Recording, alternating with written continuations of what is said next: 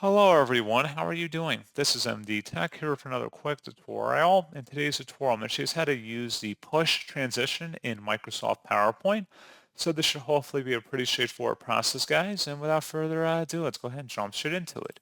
So all I have to do is select the second of the two slides you want to input a transition in between, and then select push up here at the top. Now, if you do not see that, you may have to click the little drop down arrow and then select push, and that's all you have to do.